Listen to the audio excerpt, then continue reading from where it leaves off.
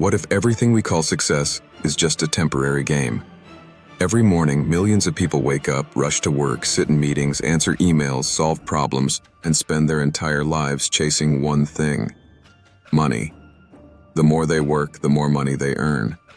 The more money they earn, the more successful they feel. But have you ever stopped and asked a strange question? What if money is only the currency of this world? Think about it. A software engineer earns money through coding.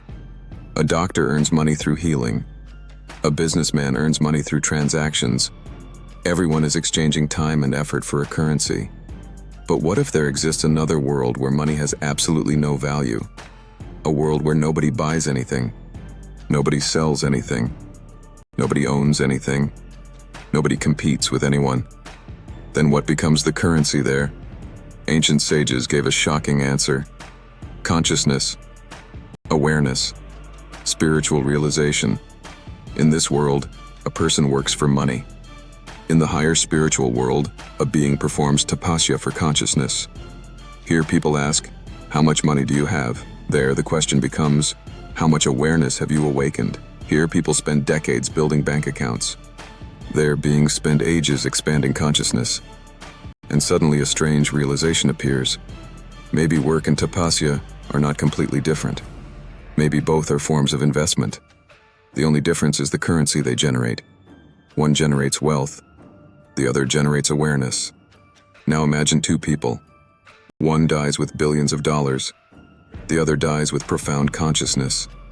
Which achievement survives beyond the body? The answer depends on what you believe life actually is.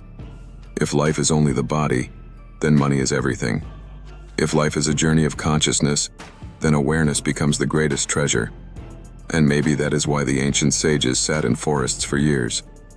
Not because they hated the world, not because they were lazy, but because they discovered a currency more valuable than anything society could offer.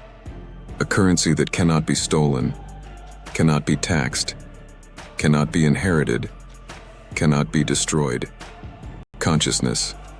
So tonight, before you sleep, ask yourself one question. All day long, I am increasing my bank balance. But am I increasing my consciousness? Because perhaps the real measure of a life is not how much money was accumulated, but how much awareness was awakened.